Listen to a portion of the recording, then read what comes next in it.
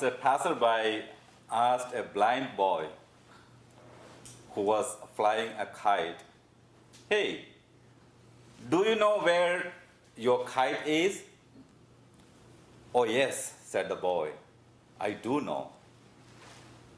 It is now quite a fair height up in the air." "How do you know that?" asked the passerby. "Definitely you can't see it." "You're right," said the boy. "I cannot see it, but I can feel the tug of the string." The awareness of the presence of the divine power in our lives is something similar. We may not be able to see, but can feel His presence and experience His power and strength.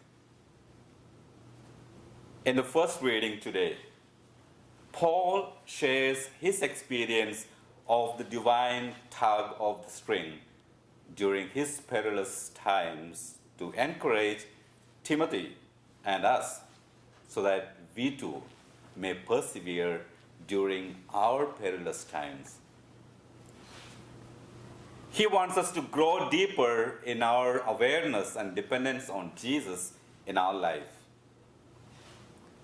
He tells Timothy, "You have carefully followed my doctrine, manner of life, purpose, faith, long suffering, love, perseverance, persecution, and affliction."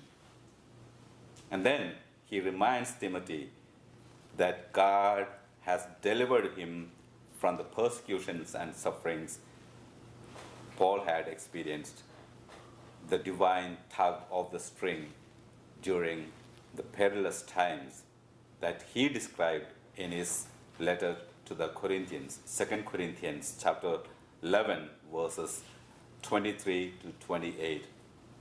I have the gist of it. "I have been in prison more frequently, flogged more severely, and exposed to the death again and again.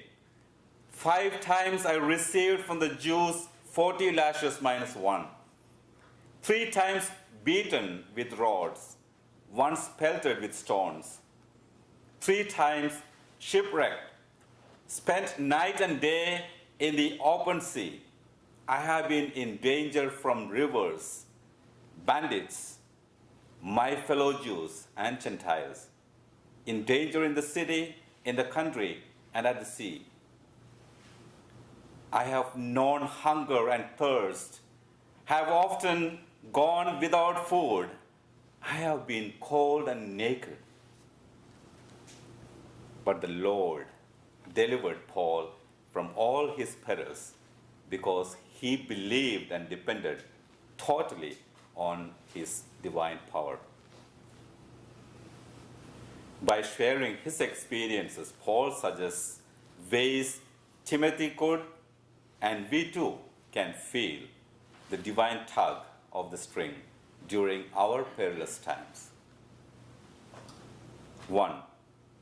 Share our personal experience of Christ's encounters with others.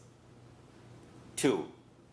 Embrace perils, trusting that Christ will deliver us. 3. Learn to persevere in faith. 4.